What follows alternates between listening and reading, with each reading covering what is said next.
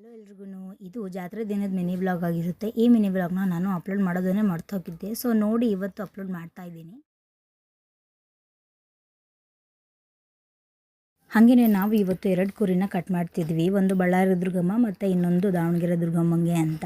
ಯಾಕಂದರೆ ಬಳ್ಳಾರಿ ದುರ್ಗಮ್ಮ ನಮ್ಮ ಮನೆ ದೇವರು, ಹಾಗೆಯೇ ಇದು ಊರು ದೇವರಲ್ವ, ಅದಕ್ಕೆ 2 ಕುರಿನ ಕಟ್ ಮಾಡ್ತಿದ್ವಿ. ನಾವಿಲ್ಲಿ ಮಸಾಲೆ ಎಲ್ಲ ಜೋಡಿಸ್ಕೊಳೋ ಅಷ್ಟರಲ್ಲಿ ಅಲ್ಲಿ ಅವರೆಲ್ಲ ಮಟನ್ ಎಲ್ಲ ಕಟ್ ಮಾಡ್ಕೊತಿದ್ರು. ಹಾಗೆಯೇ ಈ ನನ್ನ ಮಗಳಂತರೂ ಇವತ್ತು ತುಂಬಾ ಕಾಡಿಸ್ಬಿಟ್ಲು.